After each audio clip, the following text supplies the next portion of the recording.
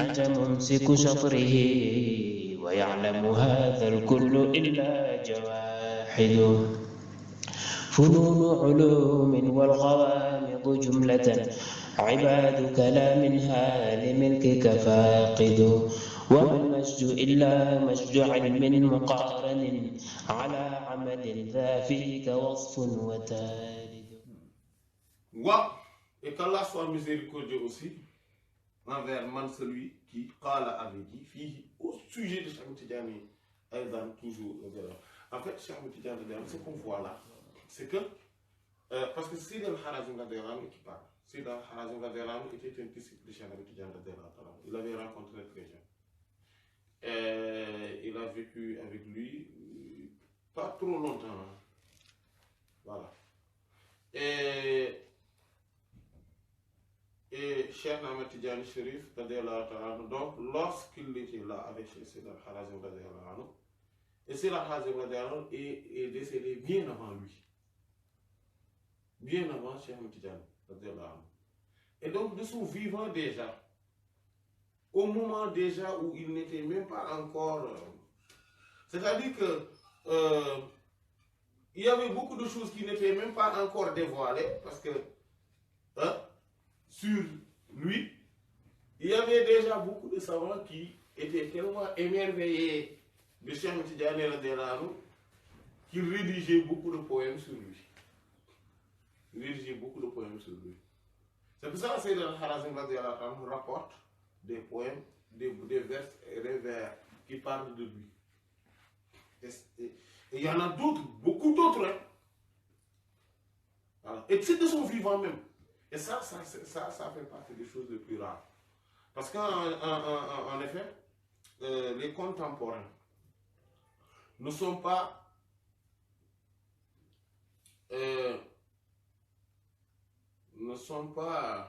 trop généreux. Ne sont pas trop généreux sur des éloges, surtout si c'est de la poésie, des versifications. Ça c'est rare, ça. Et Cheikh Ahmed Tidiane en avait beaucoup. Parmi ses contemporains. Et même qui n'étaient pas ses disciples. Parce qu'il... En fait, c'est quelqu'un... C'est pour ça qu'il dit que... C'est impressionnant, en fait, lui... tellement que... Voilà, on ne peut pas rater. On ne peut pas l'ignorer. C'est impossible. Voilà. Fahia, car ses qualités. Lui, Cheikh Ahmed Tidiane, ses vertus, ses prodiges, ses merveilles. Finnasi, au sein des gens, Ashhar, sont tellement célèbres qu'ils sont plus célèbres, Minnarim, que le feu à la sur une montagne. Et là, donc, il utilise le même terme, le même signe pour montrer que Cheikh Ahmed Tidiane, on ne peut pas le rater. C'est sûr. C'est-à-dire que quand on le connaît, c'est signes distinctifs, c'est marques de qualité, ses faveurs, sa grandeur, tout ceci, voilà, est tellement célèbre auprès des gens que on ne peut pas le rater, comme on ne peut pas rater aussi le feu là, les feux de l'hospitalité. Voilà. Wakat, en toute vérité, Sadaqa a dit vrai. Sha'ir le poète, Anhu qui a parlé de lui. Fi baytihi dans son vers, sa versification, Haythu yaqulu lorsqu'il a dit Fasal anhu ahl al-ilm wal-aql wal-hija wa man kana dha ilmin wa kullu dhawi nusq.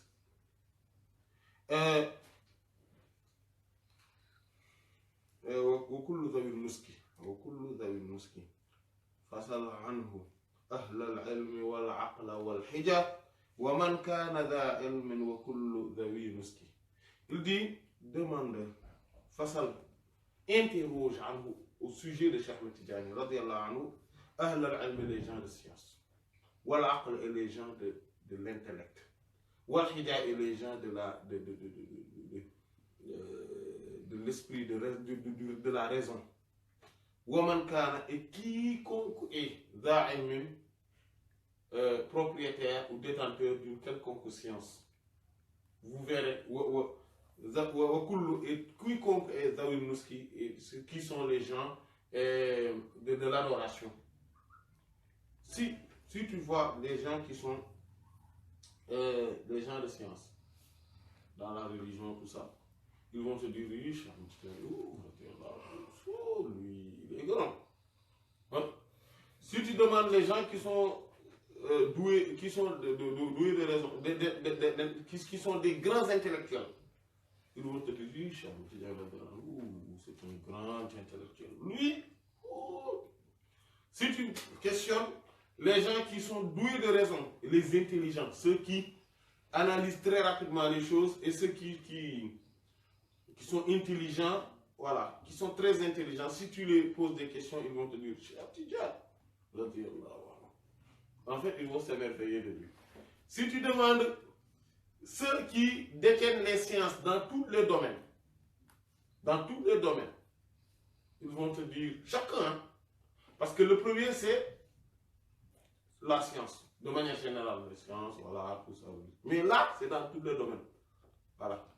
Parce qu'à chaque fois qu'il parle de domaine, on se dit que lui, il est spécialiste de ce domaine-là alors. Et si tu les demandes, ils vont te dire, lui, il est très grand. Si tu demandes ceux qui sont dans l'adoration, dans les zikr, dans la prière, dans les jeûnes, voilà, au hajj. Vous voyez, on l'avait vu. À l'âge de 6 ans, il avait déjà fait 6 hajj. Hein? Voilà, donc, voilà, ça suffit. Ça suffit. Voilà. Il a mémorisé le Coran à cet âge, et à cet âge-là, il avait déjà fait 6 hajj. Un hajj par an, c'est comme ça. Le hajj, ce n'est que par an. L'année où il est né, il a fait le hajj. L'année suivante, il a fait le hajj. Celui qui suit, il a fait le hajj, etc. Donc, c'est quelqu'un qui est totalement extraordinaire. Voilà. Et il dit, nous regarde donc cette rectification. Et il dit, wa rahmallah, qu'Allah soit miséricordieux, man qal envers celui qui a dit fihi à son sujet au sujet de Cheikh Tidiane radiyallahu anhu, manaqibuhu kashuhbi wa turbi wal hasab wa ad'afuha alfan wa alfan bila hasri. Manaqibuhu, ces marques distinctives du Cheikh Tidiane radiyallahu anhu, kashuhbi, ils sont comme des flambeaux. Un flambeau, c'est, voilà. Celui qui tient le flambeau, c'est celui qui est devant, c'est le porte-drapeau. Et c'est toujours celui qui est devant. Cheikh Tidiane radiyallahu anhu, ses vertus, ses marques distinctives, ses caractéristiques sont comme ça. Ils sont toujours là devant la scène. Ils sont tellement connus. Personne ne peut les rater. Et non seulement personne ne peut les rater, mais personne ne peut les concurrencer. Et ils sont aussi nombreux que les graines de sable. Wal hasa et les pierres. Wa ad'afuha, non, c'est encore des multiples de ce qu'on vient de dire cela. Alfan, des milliers, wa alfan et des milliers encore que tout cela. Bila hasri, sans limitation.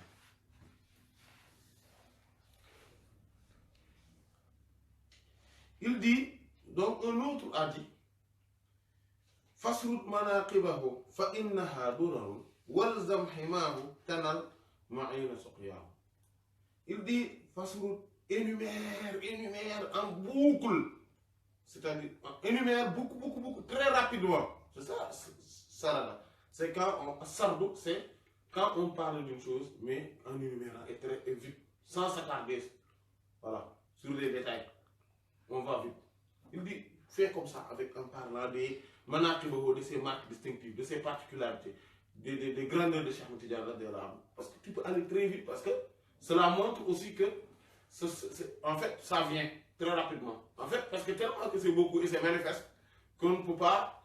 En fait, on n'a pas le temps de réfléchir et de dire il a telle qualité et aussi telle autre et aussi. Non, on n'a pas le temps de réfléchir. Ça vient très rapidement parce que c'est manifeste. Et il dit parce que ceux-ci, douraroun, ce sont des perles. C'est comme si tu le disais, c'est comme si on avait un chapelet qu'on organise, qu'on mettait. On met une perle, une autre perle, une autre perle. Voilà, mais là, on parle de perles précieuses. Voilà. Voilà. En or, massif. Dura. Walzam himahu. Walzam et attache-toi à himahu, à sa protection. Tanal tu auras ma'ayna suqiyahu. La pureté de son abreuvage, c'est-à-dire qu'il va te faire boire la pureté de son eau, de ses lumières. Voilà. Donc, si on a quelque chose à retenir, c'est que avant de commencer ce chapitre, avant d'en parler, de toute façon, tout ce qu'on va parler de Cheikh Ahmed Tidiane n'est qu'une goutte d'eau dans l'océan. Ça, il faut le savoir. Voilà. Qu'on ne peut pas parler de... En fait, tout ce qu'on va dire, même si c'est merveilleux, même si c'est prodigieux, même si c'est grand, même si c'est... Voilà... Voilà,